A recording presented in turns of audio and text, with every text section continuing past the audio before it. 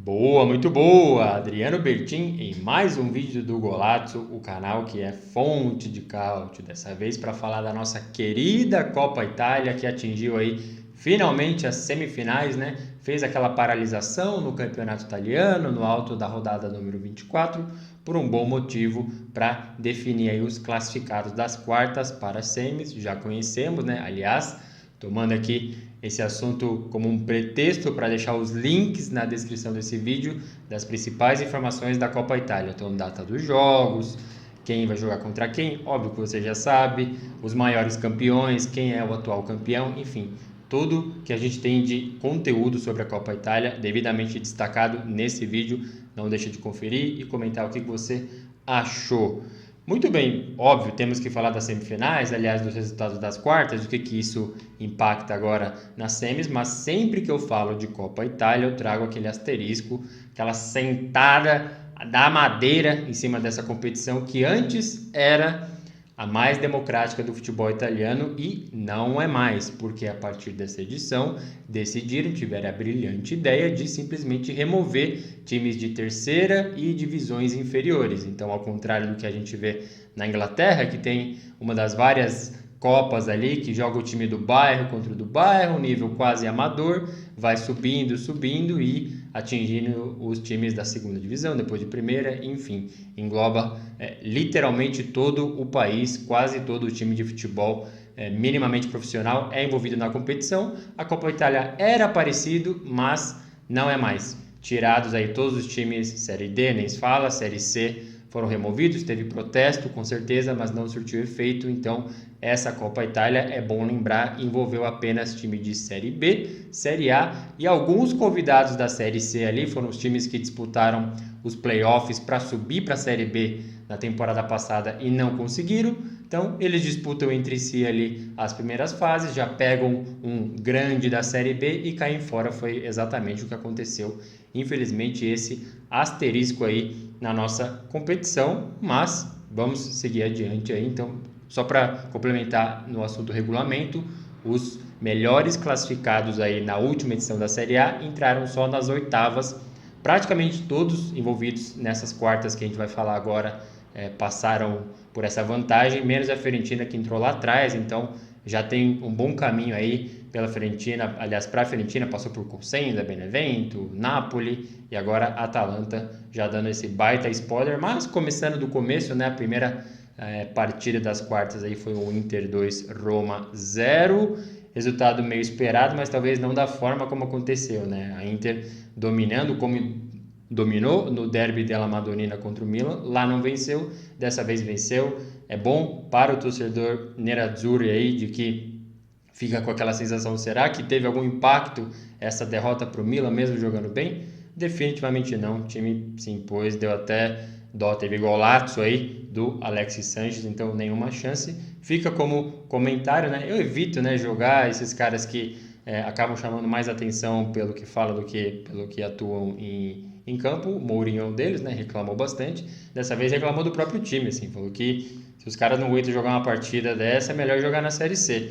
Por outro lado, falando da Série C, né? A gente já trouxe aqui essa repercussão, né?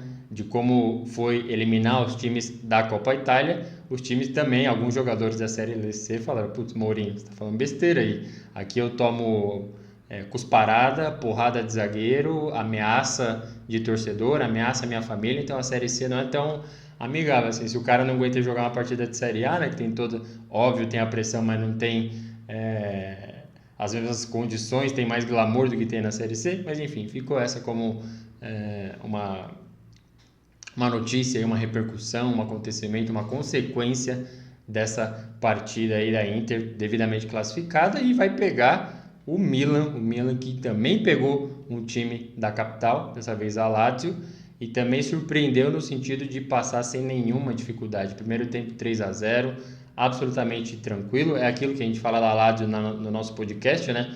Lazio pega times lá do fundo da tabela e destrói.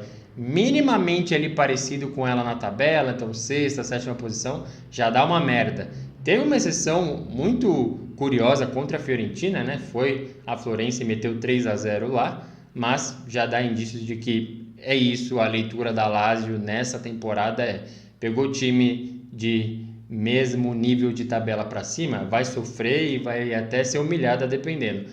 Para baixo vai triunfar, então deve ficar nessa zona de Conference League aí. E a observação é o Giroud, né? Claro, ainda não tem condições de sacramentar o fim da maldição da camisa 9, mas tem indo bem, né? Fez mais gols aí nessa vitória de 4-0, fez 2, apesar que o Rafael Leão, para mim, foi o destaque. Mas tá aí o Giroud sacramentando aí, enterrando, começando a cavar, né, a cova para enterrar essa maldição aí, para quem não está entendendo.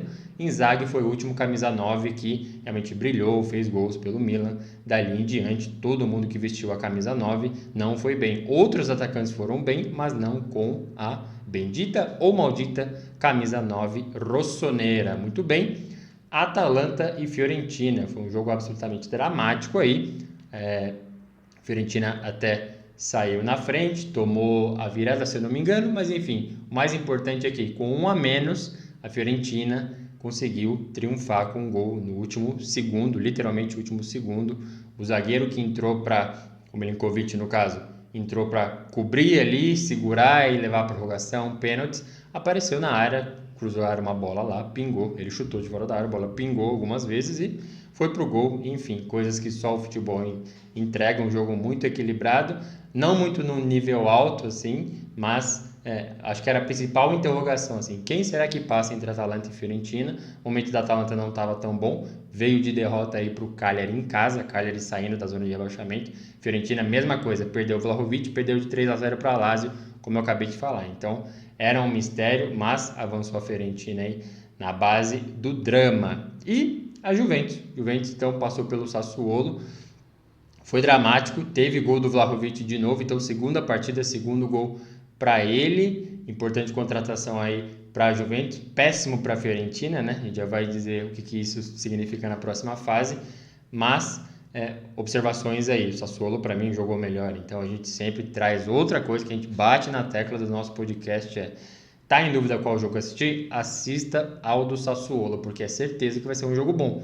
Pode ser contra a Salernitana, pode ser contra a Juventus, pode ser contra a Sampdoria, vai ser jogo bom. Não significa que ele vai ganhar, como não ganhou novamente, mas é um futebol muito legal de assistir, irresponsável é verdade, mas muito bom sim. Acho que teve minutos ali no primeiro tempo que a gente consegue analisar e indicar que claramente o Sassuolo tem um ataque ou do meio para frente melhor do que o da Juventus, assim, sabe?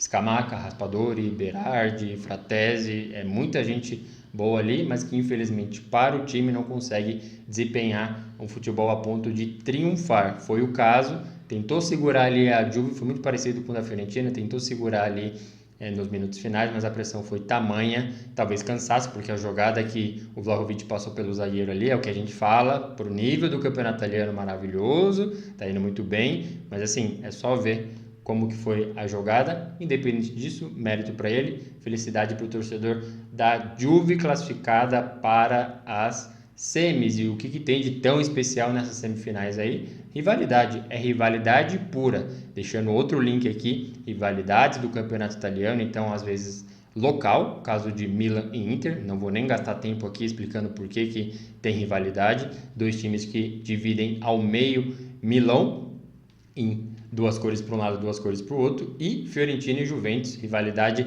muito importante, às vezes mais da Fiorentina para a Juventus do que da Juventus para a Fiorentina, mas enfim, certeza de pau comer nesse jogo aí, e tem aquele algo a mais que é exatamente a transferência de Vlahovic para Juventus. Então, estava brilhando, 17 gols aí pela Fiorentina e do nada não, né? A gente já imaginava que ele fosse sair, já falou que já tinha falado que não ficaria, mas tinha contrato até 2023. Decidiu sair não só no meio da janela de inverno, então no meio da temporada, e para a maior rival do clube, exatamente a Juventus. Então tem esse elemento a mais aí, não sei se a gente tinha no horizonte já esse jogo Juventus e Fiorentina com o Vlahovic, mas está muito perto, vai acontecer simplesmente numa semifinal de Copa Itália.